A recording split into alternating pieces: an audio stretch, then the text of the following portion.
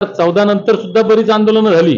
तुम्ही आम्ही सगळ्या त्या आंदोलनाचे साक्षी आहोत। अजून शेकडो आंदोलनं, शेकडो लोक याच्यामध्ये सहभागी आहेत। परंतु किती दिवस हे करायचं? हे भिको कोकरे साहेबांपासून कित्येक पिढ्या याच्यात लढल्या, कित्येक भावांनी आमच्या बलिदान दिलं, कित्येक भावांचं बलिदान गेलं न ठेवता धनगरांना फसवण्याचं काम फडणवीस आणि सरकारने केलं। लढाई म्हणून लढलात तर मी खात्रीनं सांगतो जिंकणार म्हणजे जिंकणार।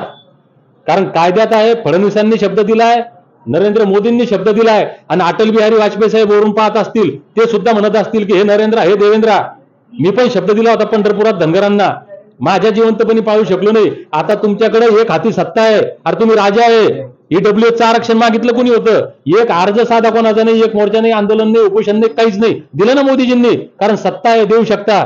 मग आमचं तर घटनेत आहे, आमचं त्या यादीमध्ये तुम्ही मग द्या।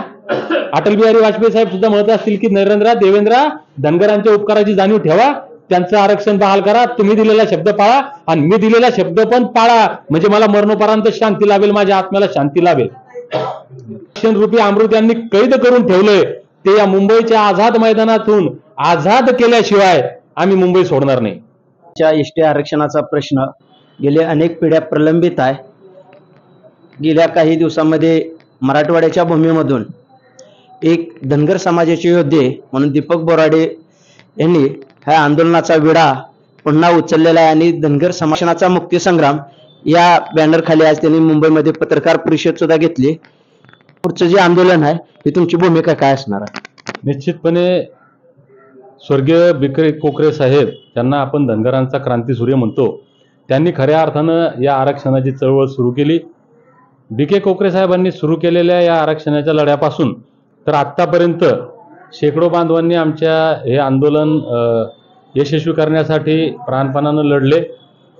हजारो आंदोलनं छोटी मोठी राज्यामध्ये झाली, हजारो बांधवांवर आमच्या गुन्हे दाखल आहेत, परंतु सरकार पाहिजे तितकं गंभीर या बाबतीत नाही। काँग्रेस आणि मित्रपक्षांनी हा अन्याय आमचा दूर केला नाही, घटनादत्त अधिकार आम्हाला बहाल केला नाही, म्हणून त्यांच्या कर्माची फळं त्यांना देत 2014ला त्यांना सत्तेतून बेदखल केलं।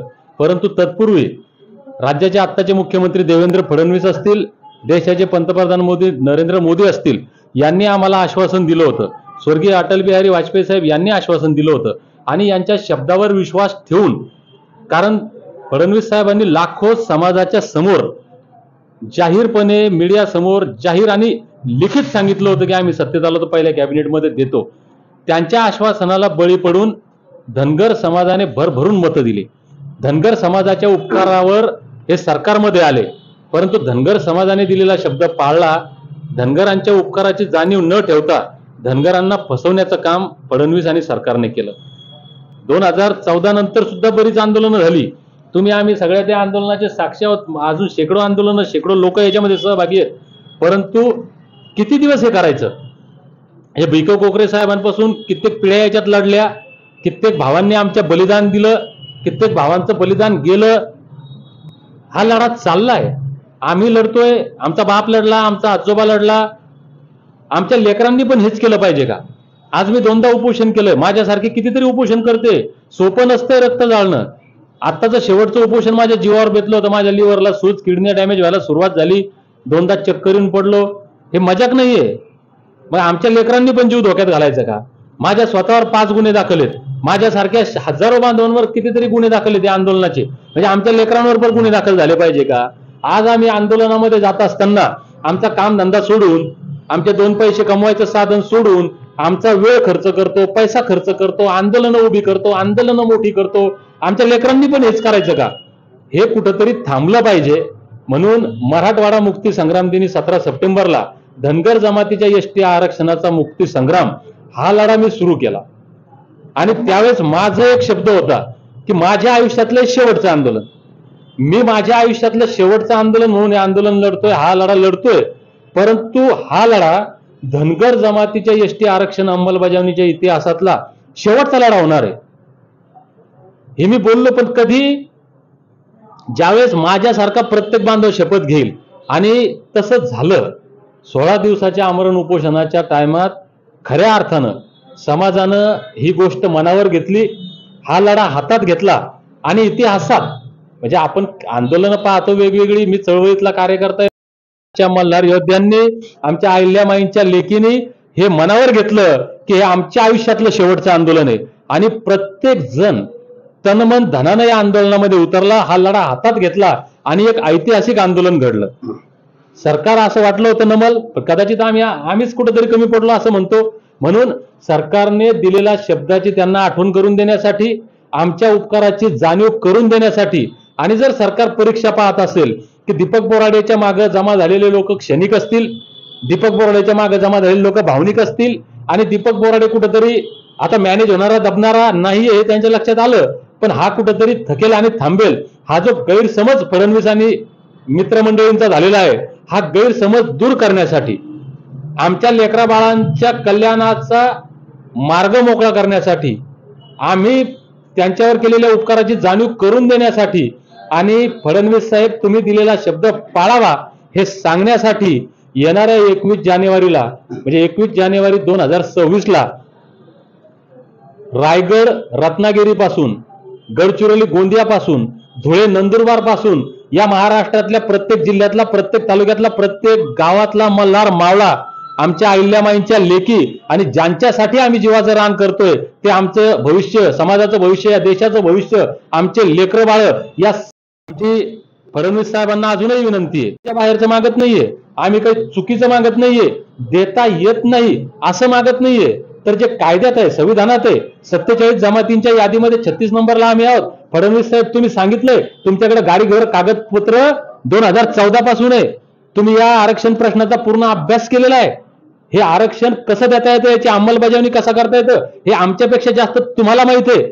आता हे तुम्ही द्यावं हे ठणकावून सांगण्यासाठी, आणि ते घेतल्याशिवाय, आमच्या लेकरा बाळांच्या हातात सर्टिफिकेट म्हणून त्यांचं कल्याण झाल्याशिवाय या मुंबईचं आझाद मैदान आम्ही सोडणार नाही. जो धनगर जमातीच्या एसटी आरक्षणाचा मुक्ती संग्राम आम्ही लढला, हे आमचं जे आरक्षण रूपी अमृत यांनी कैद करून ठेवलंय, ते या मुंबईच्या आझाद मैदानातून आझाद केल्याशिवाय आम्ही मुंबई सोडणार नाही. असे जवळचे असलेले लोक बोलतात की धनगर समाजाला या सरकारनं मंत्री दिलं, आमदारकी दिल्या, अशा वेगवेगळ्या पद्धतीनं बोललं जाते. आणि तुम्ही आम्हाला मंत्रीपद दिलं, तुम्ही आम्हाला खासदार दिलं, तुम्ही आम्हाला योजना दिल्या, धन्यवाद.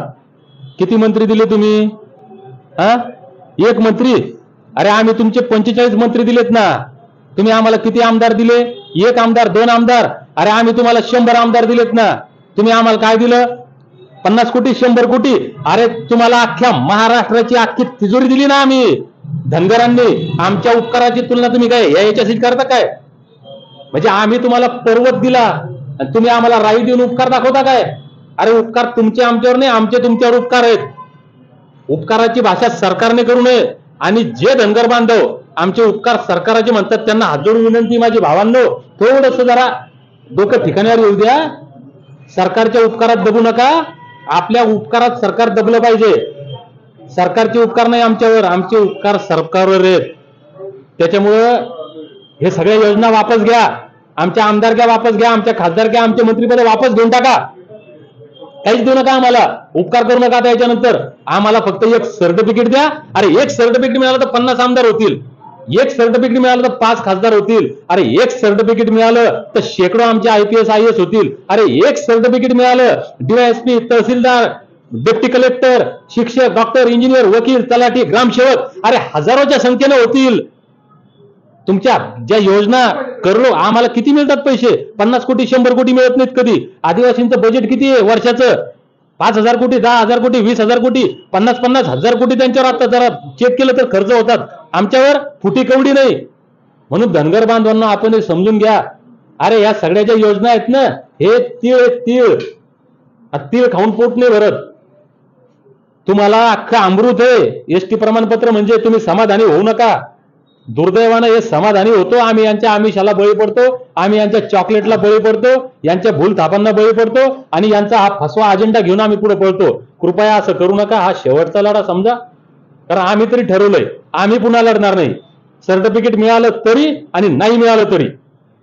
मग ज्या पद्धतीनं कोंढाणा सर करत असताना तानाजी मालुसरेंनी आपल्या मावळ्यांना सांगितलं की एकतर दरीतून पडून मरा नाहीतर लढून मरा आणि दोर कापले, तसं मी माझा स्वतःचा दोर कापलेला आहे. माझी विनंती आहे प्रत्येकाला की प्रत्येकाने ठरवा की भविष्यात लढाई लढायची नाही. जी काय लढाई लढायची, जे काय आंदोलन करायचं, जे काय वेळ द्यायचा, जे काय पैसा द्यायचा, हा शेवटचा म्हणून द्यायचा. परत परत हे करणं नको.